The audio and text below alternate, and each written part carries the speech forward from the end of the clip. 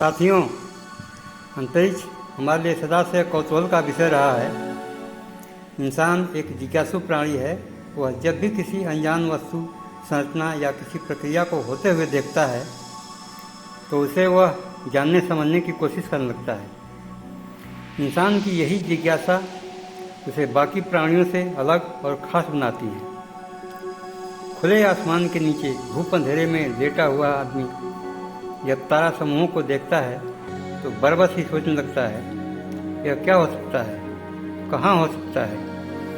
यहीं से तरह तरह के आकलन, तरह तरह के प्रयोग शुरू हो जाते हैं। कोई इसे जुगनू, कोई दीपक, कोई हीरे जवाहरात बताने लगता है। यह आकलन भी समय के अनुसार तत्कालीन लोगों के बुद्धि विवेक के अनुसार किया जाता रहा है, परंतु आज ऐसा नहीं है।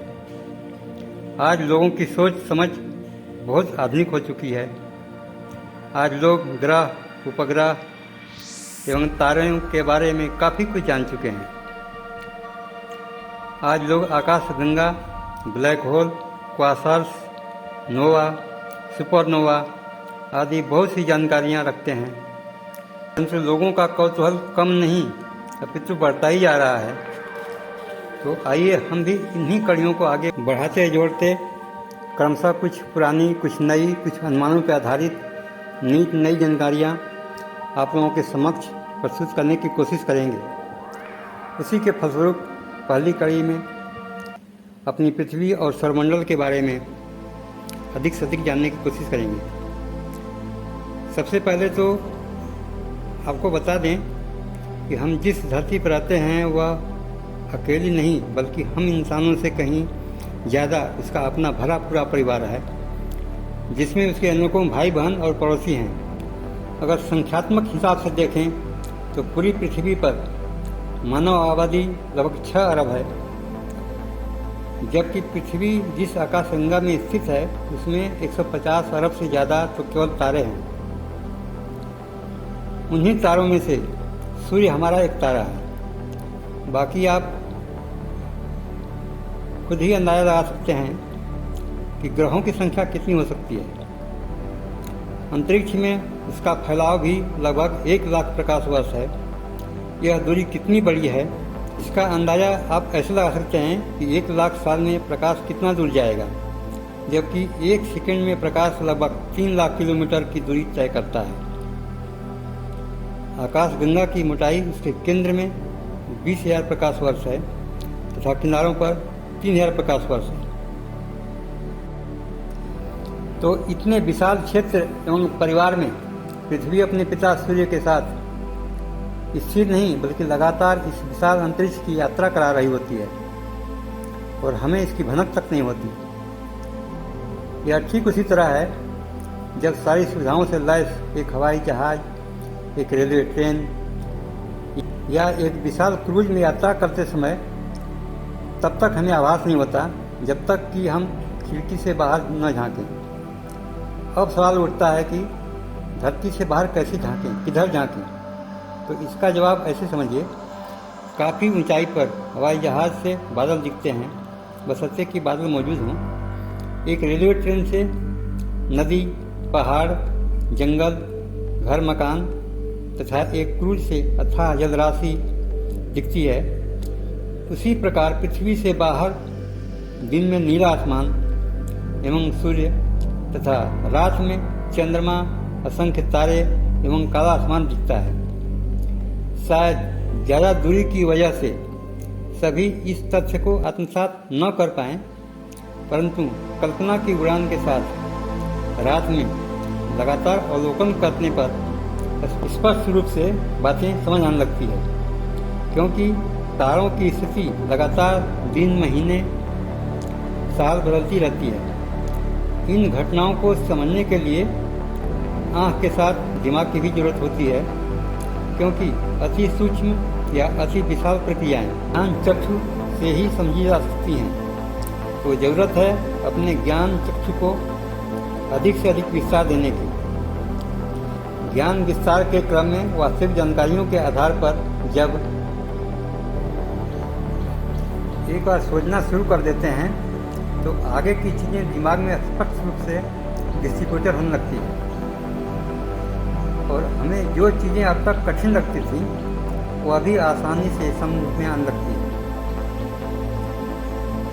और जब चीज़ें एक बार समझ आने लगती हैं तो उसमें आनंद भी आने लगता है। और आनंद एक ऐसी प्रक्रिया है जिसके द्वारा सृष्टि का कण कण आह्लादित होता रहता है, चाहे सजीव हो या निर्जीव हो। ये प्रक्रिया हर जगह समान रूप से लागू होती है। शायद बातें थोड़ी अटपटी लग सकती हैं, लेकिन प्रक्रियागत आधार पर विचार करने पर स्पष्ट प्रतीत होने लगता है कि किसी भी जीवन बीज सुप्तावस्था में लगभग निर्जीव ही रहता है, परंतु अनुकूल परिस्थितियाँ उसे जीवन के रूप में जागृत कर देती हैं, तो वहाँ वह सुख दुख की अनुभूति करने लगता है। और ये उसकी खुद की अनुभूति उसके पास तक सीमित नहीं रहती, बल्कि अपने आसपास की चीज़ों को प्रभावित करने लगती है और यहीं से संसार जीवंत हो उठता है। तो आइए हम समझने की कोशिश करते हैं कि हम लोग कितने खुशनसीब हैं, धरती पर जीवन पाकर जागृत अवस्था को प्राप्त हुए हैं, अनुभूति करने के लिए स्वतंत्र हैं। तो क्यों न दुख के अतिरिक्त आनंद का अनुभव करें और पूरी सृष्टि में आनंद को बढ़ाने में भी योगदान करें। क्योंकि हम इंसान हैं तो हमारी आकांक्षाएं भी अनंत हैं, तो हर आकांक्षाओं की प्राप्ति एवं आनंदातिरेक में हमें अपने कर्तव्यों का भी भान रखना पड़ेगा, तभी सुव्यवस्था भी बनाए रखी जा सकेगी।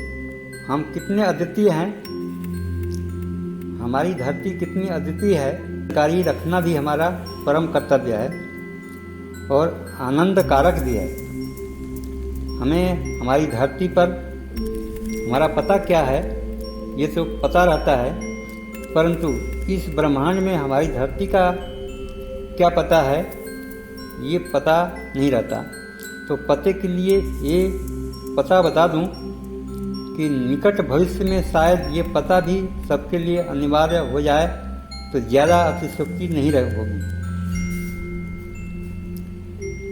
जानकारी के लिए बता दें कि हम जिस आकाशगंगा में हैं उसका नाम मंदाकिनी है, जिसे मिल्की वे भी कहते हैं, और हमारा सौरमंडल इसके केंद्र से 30,000 प्रकाश वर्ष दूर एक तरफ किनारे की ओर है, जो अपने आकाशगंगा के केंद्र की परिक्रमा 220 किलोमीटर प्रति सेकंड के वेग से कर रहा है। और इसी स्पीड से हमारे सूर्य को मंदाकिनी केंद्र की एक परिक्रमा पूरी करने में लगभग 25 करोड़ साल लगते हैं। और एक रोचक तथ्य यह भी है कि जब से इंसानी अस्तित्व का उदय हुआ है तब से अब तक सूर्य ने एक भी परिक्रमा पूरी नहीं की है। तो ये रोचक जानकारी एक नए अंदाज में है ना आनंद का विषय या नहीं, अवश्य कमेंट करें। धन्यवाद।